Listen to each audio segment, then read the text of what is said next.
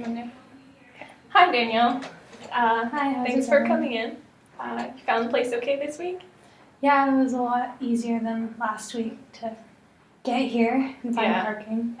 Oh, I'm glad. I'm really glad to hear that. Mhm. So, let's get down to it. How have you been feeling this week? Um, I feel like I've been a little bit on edge, a little bit more so than usual. My family recently just got a big dog that's been adopted, and just from my past being attacked by a couple dogs at a time, it's a little overwhelming for me to be around it, and I feel like I'm just very anxious all the time and like thinking about it, and it's like distracting me from other things that I'm doing, and it's almost making me feel kind of sick. Mm-hmm.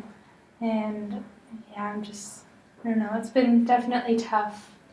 And I'm also like even a little bit angry at my family for like having to put me in that situation, because it's kind of like well, if I want to see them, I have to get over this, but yeah, it's just.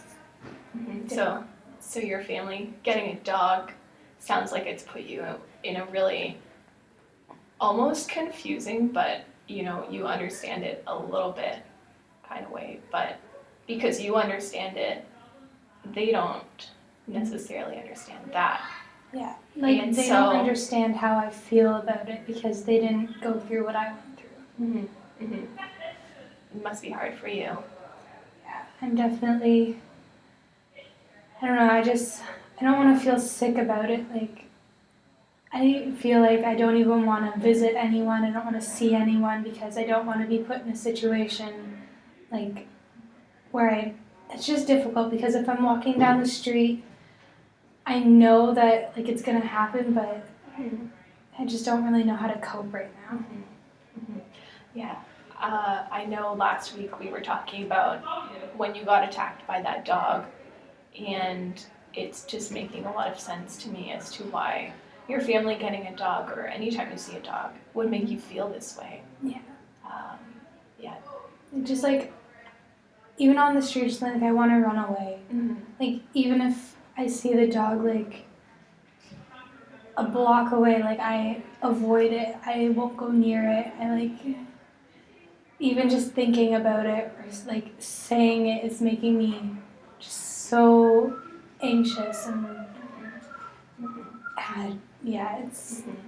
So, if you don't mind me taking a second and asking you, if you were to rate how intense your symptoms are on a scale from 0 to 10, 0 being they're not very intense, they're not really impacting your life at all, to 10 where they're having a huge impact on you, you're feeling very overwhelmed, they're very intense, where would you put your current state?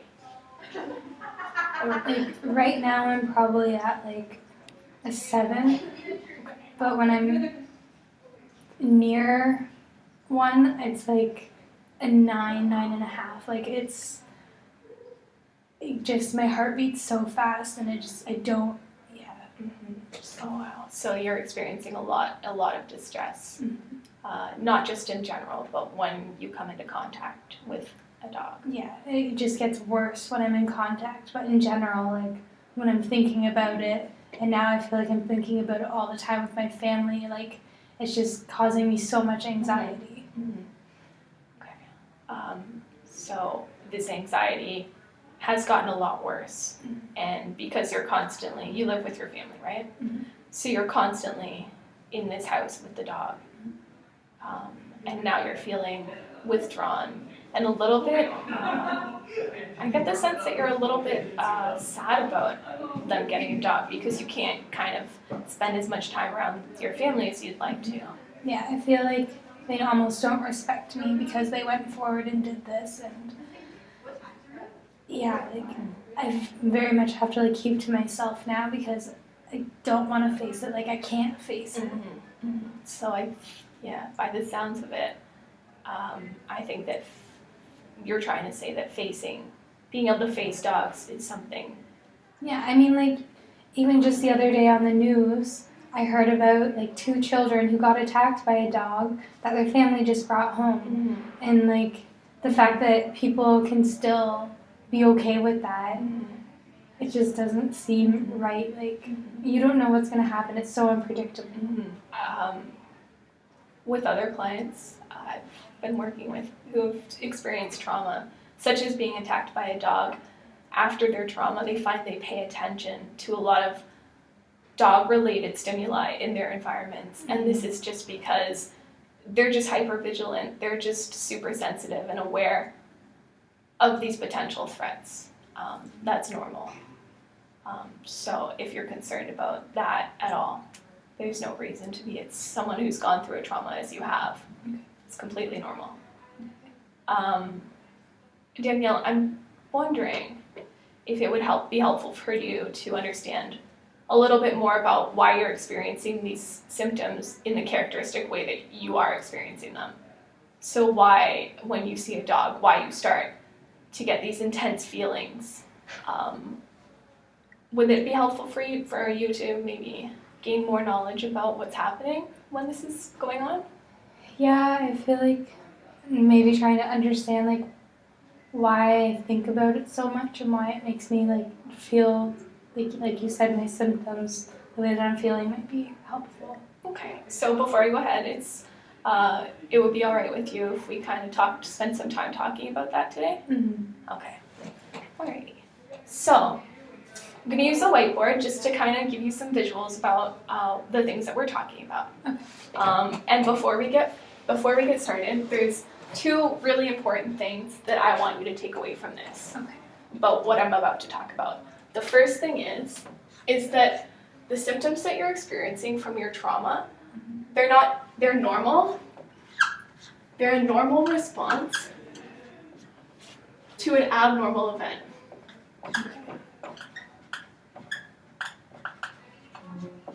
All right.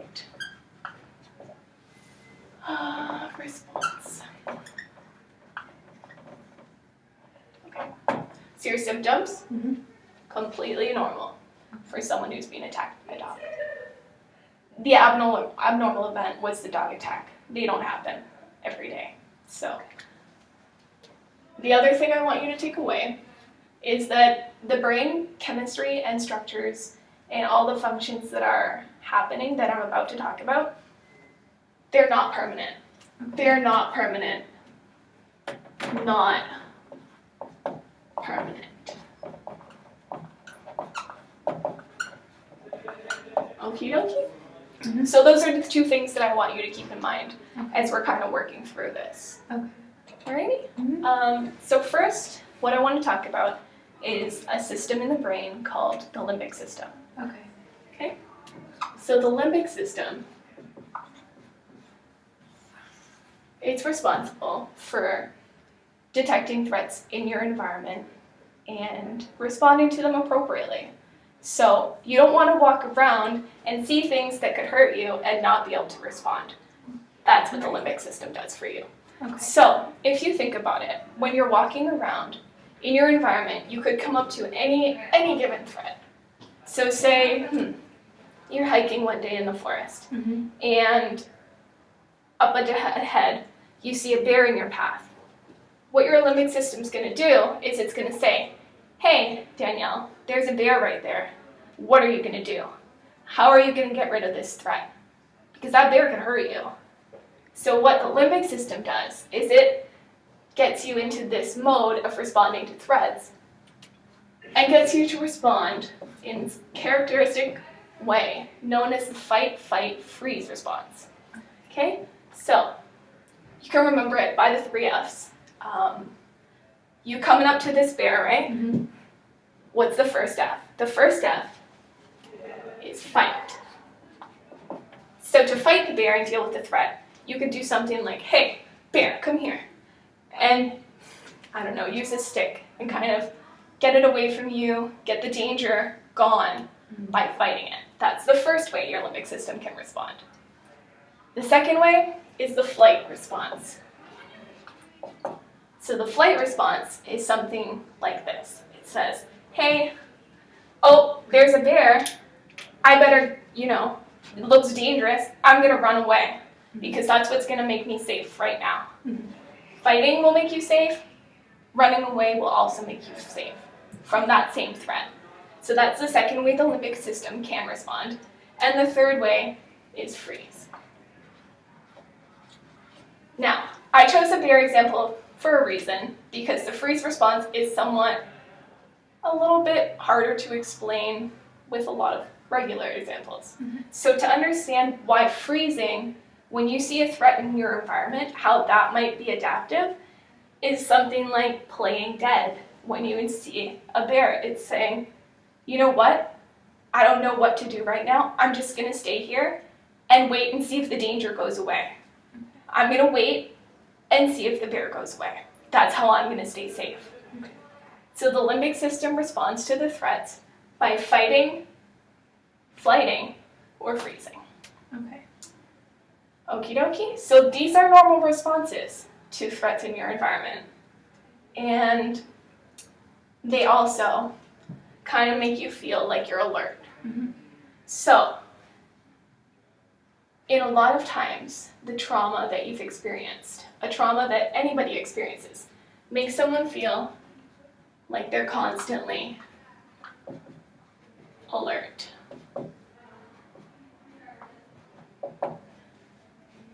And this is characteristic of trauma, but also of the limbic system's response to threats. Not the constant part, but it makes you on alert. Right. Is this making sense to you so far? I think so. So our limbic system kind of, like, it takes what we're seeing and, like, the things around us, and if there's, like, something that's dangerous to us, it tells us to either fight it, like, run away from it, or kind of, like you said, like, play dead, or just, like, wait for it to go away. And, like, with the trauma aspect, it feels like we're constantly doing those things. Right, exactly. So, moving along, in trauma, what exactly is it that makes you feel constantly on alert? So let's talk about that a little bit. Within the limbic system, let's draw a brain to get a better idea of this. So within the limbic system, there's a structure. This structure is called the amygdala. And the amygdala is the structure within the limbic system that's responsible for detecting threats and responding to them specifically. So the amygdala detects the threats. How does it know when there's a threat? The amygdala knows there's a threat in your environment when it receives a whole bunch of stress chemicals, stress hormones. The most well-known hormone is cortisol. So, your body perceives a threat in the environment. It starts pumping all these stress hormones saying, do something, do something. The cortisol is saying, do something. But this doesn't translate immediately. It goes to the amygdala, and it's the amygdala that starts screaming. It starts screaming and screaming, do something. It's telling the rest of your body to respond, okay? So the stress hormones tell you there's a threat. The amygdala tells you to do something. And so with trauma, a lot of times the threat doesn't go away immediately. So what happens is the stress hormones and the cortisol, it's prolonged, it's being released and released and released, and the threat is still there in trauma. So in your case, you saw the dog, it was chasing you, it was saying, you know, there's a threat, you gotta get away. The stress hormones are telling you there's a threat, there's a dog. Your amygdala is saying, it's yelling, you've gotta get away, you've gotta get away. But because you hurt yourself and you weren't able to get away, you were experiencing these stress hormones build up for so long that your amygdala started to shriek. And although it looks like it's growing, it doesn't actually grow, but it becomes overactive. So the point in time where an event causes you to fight, or freeze, if that's prolonged, if that event is still happening, and you can't get to safety if you can't get that to calm down. Your amygdala becomes overactive. And this is one of the changes that happens in the brain of trauma survivors. Right? So the amygdala, when it's overactive in trauma survivors, starts to impact other areas of the brain. And this is another neurobiological change that happens. So the first part is the amygdala starts to affect another structure called the hippocampus. We'll call it the hippo. Okay. This is the hippocampus. It's responsible for memory and learning processes. So automatically, in trauma victims and people who have a lot of symptoms related to PTSD, post-traumatic stress disorder, their hippocampus is not functioning properly. They can't learn, they can't organize their memories, and this will contribute to the symptoms they experience as a result of the trauma. So that's one way. No learning. Well, it's hard to learn. Okay. The other thing that happens when you're getting these stress hormones, your amygdala is screaming and overactive for so long, is this other structure up here called the prefrontal cortex. We'll call it the PFC. Its activity starts to decrease as a result of the amygdala's activity. So, decreases in activity, and to think about what kind of effect this would have and what this would contribute to your symptoms is the prefrontal cortex is the structure that's responsible for logical thinking and rationalizing. So, logically, if there's no threat in your environment, the PFC is going to tell your amygdala, stop screaming. But because it's screaming, and because it's decreasing the activity in the prefrontal cortex, this doesn't happen. And so, there's nothing telling it to stop. And that's another reason why you still experience your symptoms. Even though the event has passed as it was in the past. So hopefully that helps explain your symptoms a little bit. I'm curious. What kind of sense do you make of all of this? So when I see something threatening, like for me, if I see a dog, my body starts pumping all this cortisol, and then that causes my amygdala to, like you said, kind of scream. And because it's screaming so loud, I have a hard time like learning new information because it's making the hippocampus, it's like harder to listen to that. Right. And then also the PFC, which is where I like logically think, because the amygdala is screaming, I can't logically listen to that. So when there isn't any like threat or like dogs around, I'm still, because I can't listen to the PFC telling me that there's no threat around me, I can only listen to the amygdala, which is saying do something, which is either the fight, flight, or freeze. Exactly. Do you find that helpful for understanding? Yeah, it makes me feel kind of like it's not all in my head, why I'm always so scared and on edge. I'm glad. Okay. So, yeah. So that was helpful for you. Yeah, very. Okay. I'm really glad to hear that. Yeah, thank you. Moving on. This is helpful for understanding, but it's kind of like it doesn't really do anything to deal with your symptoms.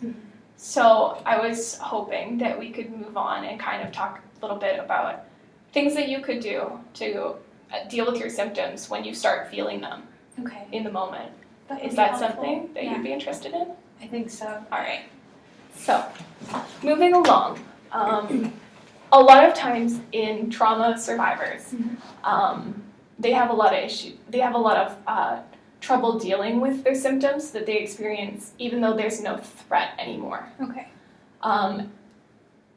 And to help them deal with these things, we like to use grounding. And these are a set of techniques that are helpful in, getting your mind off of the trauma that you've experienced and putting it into a present focus. Okay. Focusing on the here and now and not the unpleasant event that is causing all of these unpleasant aversive reactions in your body.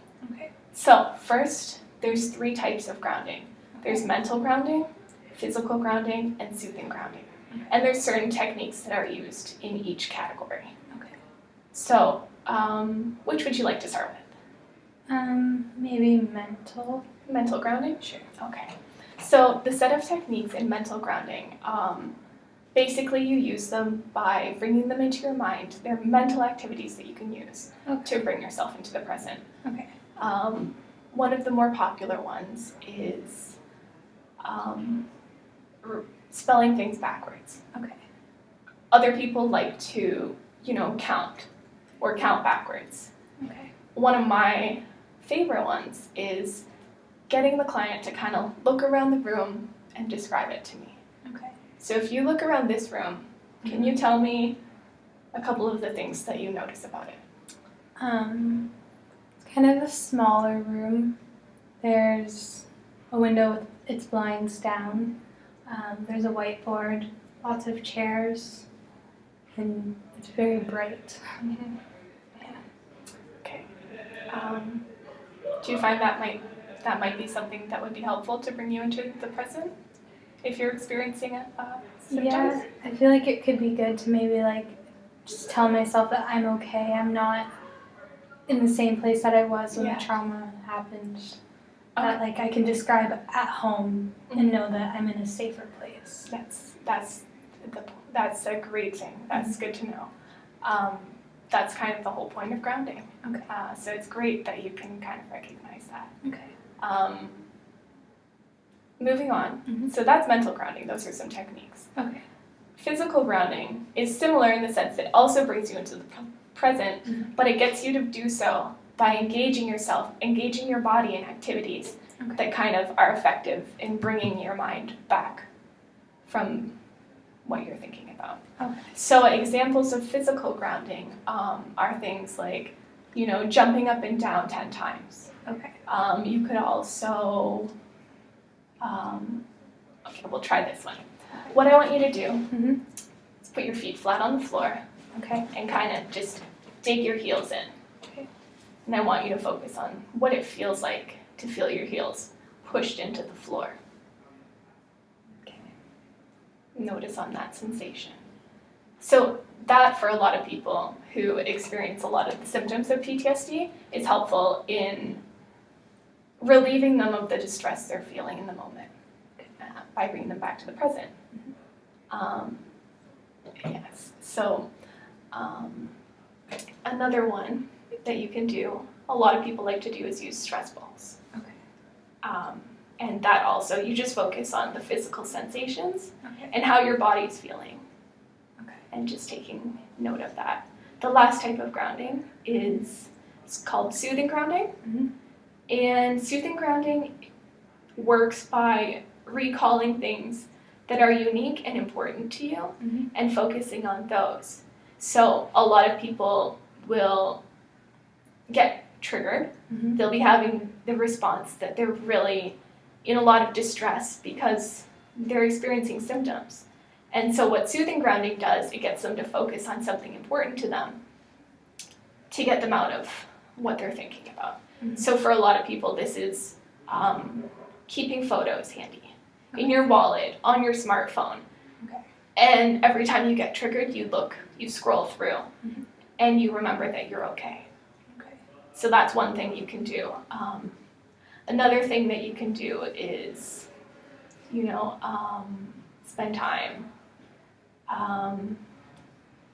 Not spend time, sorry, but rather pick out your favorite things in certain categories. So you might list off your favorite colors. I really like blues and orange. Right. And then you'll think of another category where it's like, what are your favorite TV shows? I really like Friends and Suits. Yeah. So basically you work through different categories, telling yourself and reminding yourself that you have things that you really like and things that you also really don't like. And that's kind of effective to bring yourself back to the present. And what do you think about those things? I really like the soothing ones because I kind of already feel a little bit better just thinking about the different photos that I have And like I always have my phone, so I feel like that would be useful. Perfect. I'm just thinking about things that I like. Perfect. So you think that some of those strategies might be helpful? Yeah, that and even like looking at my environment, I feel like. Perfect. Perfect.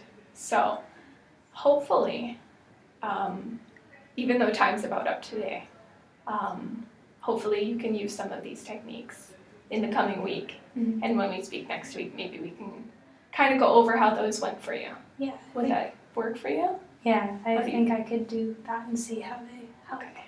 All right. Yeah. So great. Let's do that. Okay. That sounds good. I'll see you next week. All right. Thank you. Cool. Woo.